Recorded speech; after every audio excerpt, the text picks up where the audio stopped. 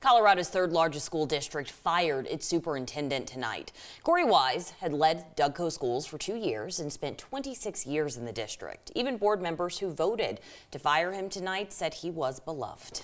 The newly elected conservative school board majority wanted to fire the superintendent in a private executive session. He forced them to do it in public. Our Luis De Leon was there tonight, and Luis, the board majority struggled for hours to come up with a reason to fire Superintendent Wise, so eventually they just fired him without a reason. Yeah, Kyle, Alex, even an hour before the meeting actually started, there was already a line of people outside of the building right behind us hoping to get in.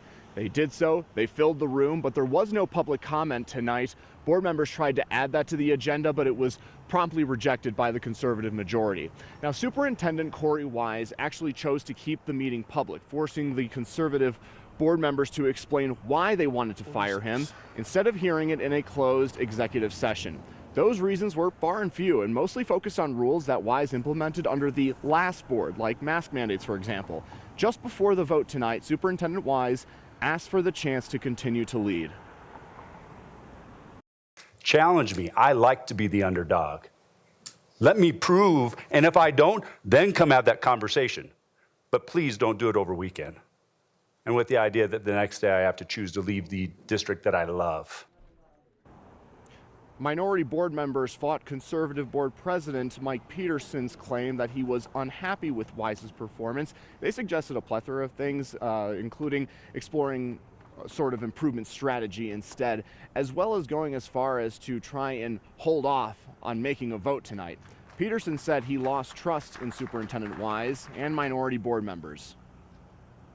I wanted to start really by trying to get to a better place together with this superintendent, but I can't get there now. So I've had my say.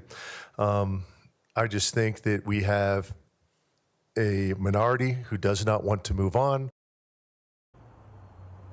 And there was actually a pretty bizarre moment during the actual vote itself. Conservative board member Becky Myers initially voted against firing the superintendent. Her response was initially no.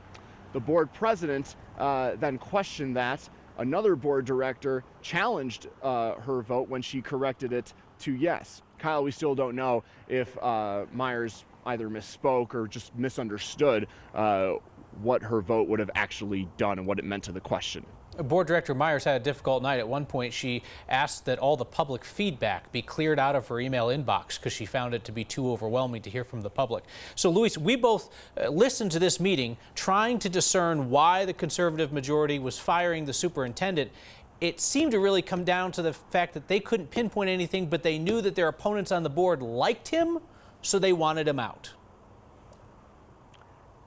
And despite all of that, they still went through with this decision, right?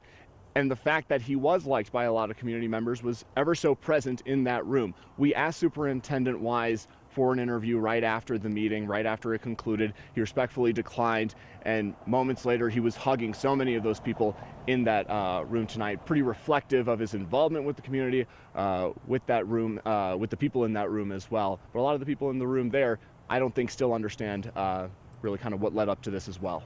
26-year career in Douglas County schools. A lot of folks over a couple generations knew him. End of his career there tonight. Luis, thank you.